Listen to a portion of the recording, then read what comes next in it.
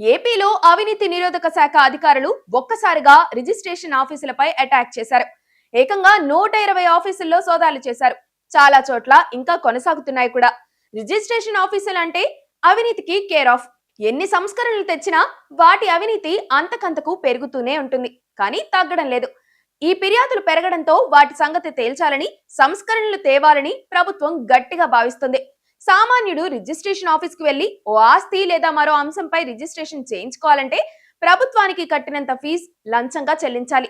అది నేరుగా కాదు, బ్రోకర్ ఉంటాడు. అసలు రిజిస్ట్రేషన్ ఆఫీస్ అంతా డాక్యుమెంట్ రైటర్ల పేరుతో ఉండే బ్రోకర్ల రాజ్యమే. ఈ అవినీతిని ఎవరు ఆపలేకపోతున్నారు. ప్రజలు దోపిడీకి గురవుతున్నారు. అయితే ఈ లంచాలకు తోడు భూ ఆక్రమణలు ఇప్పుడు పెను సమస్యగా మారాయి. రిజిస్ట్రేషన్ కార్యాలయాలే భూ వివాదాలకు అడ్డాగా మారుతున్నాయి. డబుల్ రిజిస్ట్రేషన్లు చేస్తున్నారు. ఓ సర్వే నెంబర్ బదులు మరో సర్వే నెంబర్ తో గందరగోళం సృష్టిస్తున్నారు. ప్రభుత్వ భూములు దిగమింగటానికి ఇతరులతో కలిసి కుట్రలు చేస్తున్నారు.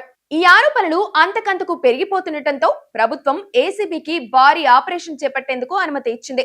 రిజిస్ట్రేషన్ శాఖలో అవినీతిని పూర్తిగా తొలగించాలంటే చాలా సమయం పడుతుంది. ఎన్నో సంస్కరణలు తీసుకురావాలి. కానీ ఇప్పటికిప్పుడు అవినీతి తగ్గించి ప్రజలను పీడించకుండా భూ వివాదాలు రాకుండా చేయడానికి అవకాశం ఉంది. అదే భయం కల్పించడం. ఆ భయం కల్పించి పనులు కాస్త జాగ్రత్తగా అయ్యేలా చూడాలి. ఏసీబీ దాడులతో అలాంటి భయం ఏర్పడితే అంతకంటే సామాన్యులకు కావాల్సిందేముంది?